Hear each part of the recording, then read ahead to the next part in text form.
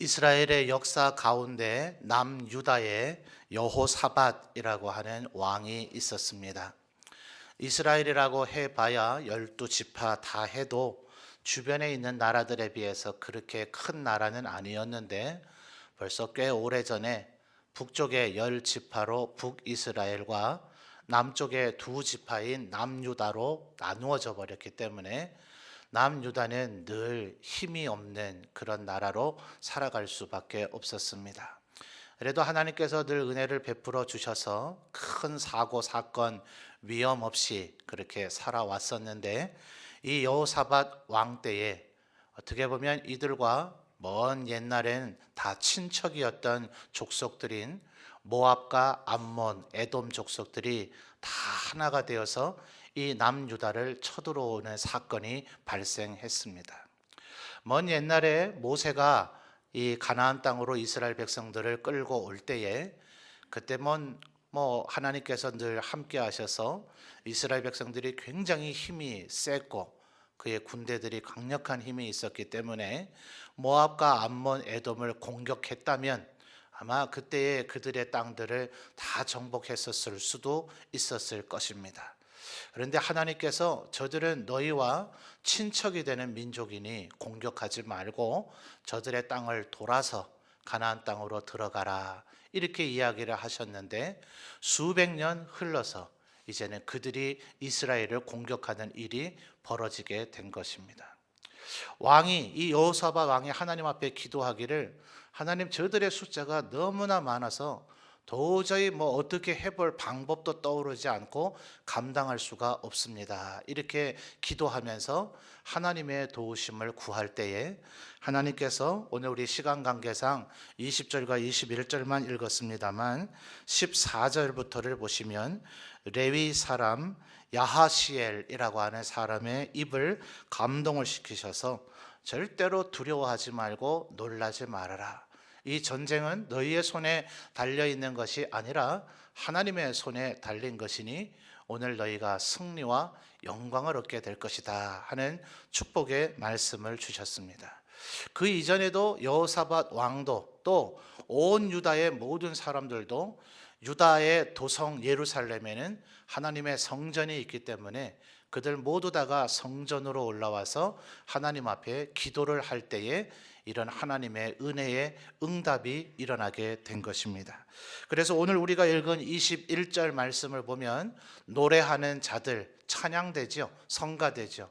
그들을 조직을 해서 군대 앞에 세우고 그들에게 거룩한 예복을 입고 찬송을 하게 했지만 요때만 그런 것은 아니고요. 19절을 보면 이들이 먼저 군대가 출정하기 전에 예루살렘 성 안에서도 19절 그핫 자손과 고라 자손에게 속한 레위 사람들은 서서 심히 큰 소리로 이스라엘 하나님 여호와를 했다고요? 찬송하니라. 그래서 이들이 나아갔을 때에 그렇게 군대가 많아서 도저히 이길 수 없습니다 하던 그 하나님의 백성의 군대가 그들과 싸워서 이긴 것이 아니라 하나님께서 22절부터를 보면 22절 보십시오. 그 노래와 찬송이 시작될 때에 여호와께서 복병을 두어서 요다를 치러 온 암몬 족속과 모압과 세일산 주민들을 치게 하셨는데, 23절을 보면 22절에서는 마치 무슨 어떤 특별한 군대가 있었는 것 같은데 도대체 이게 어떤 군대인지를 알 길이 없어요. 왜냐하면 23절을 보면 모압과 암몬, 에돔의 후손인 세일산 사람들이 서로 자기들끼리 공격을 했기 때문에 그렇습니다. 하나님의 권능이 임한 거죠. 무슨 손에 보이고 눈에 보이고 손에 잡히는 그런 복병, 그런 새로운 군대가 투입된 것이 아니라 하나님이 그들을 치기 시작하자 이스라엘 백성을 치러 왔던 이들이 자기들끼리 서로를 공격하기 시작을 했어요.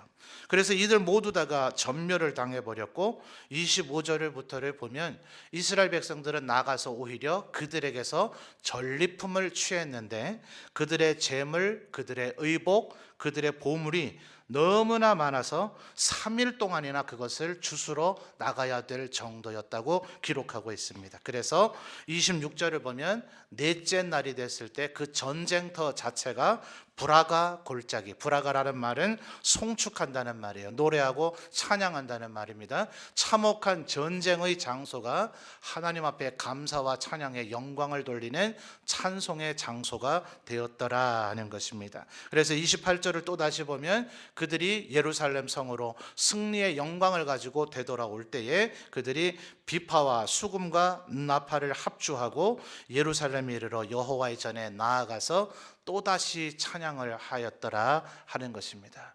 여러분, 이것이 찬양의 힘이고 능력이며 은혜와 축복인 줄 믿습니다. 여러분, 우리가 찬양할 때에 우리의 문제가 해결되어지고, 우리가 찬양할 때에 하나님 앞에 우리의 기도의 소원이 상달되어지고, 우리가 찬양할 때에 하나님의 은혜와 축복이 우리에게 임하여지고, 우리가 찬양할 때에 이 자리에 초대받아 온 심령들의 하나님께서 은혜와 믿음을 베풀어 주셔서 하나님을 영접하는 능력의 역사가 일어나게 되어질 줄 믿습니다. 그러므로 우리 예수 믿는 사람들은 힘들어도 찬양하고, 즐거워도 찬양하고, 기쁜 일이 있어도 찬양하고, 문제에 직면했을 때도 찬양해야 되어질 줄 믿습니다. 찬양은 곡조 있는 기도요 하나님께 들려지는 영광이라. 하나님의 나라에서도 끊임없이 울려 퍼지게 될 것, 그것이 찬양인 줄 믿습니다. 그러므로 이 시간 예배를 마치고 새 가족을 환영하며 불려지는 이 찬양이 먼저는 하나님 앞에 영광이고, 이 자리에 있는 우리 모두에게 새 힘과 은혜를 공급받게 되어지는 시간이 되어지며, 또한 오늘 초대받아 오신 심령들에게는 하나님을 만나게 되는 능력의 시간이 되어질 줄 믿습니다.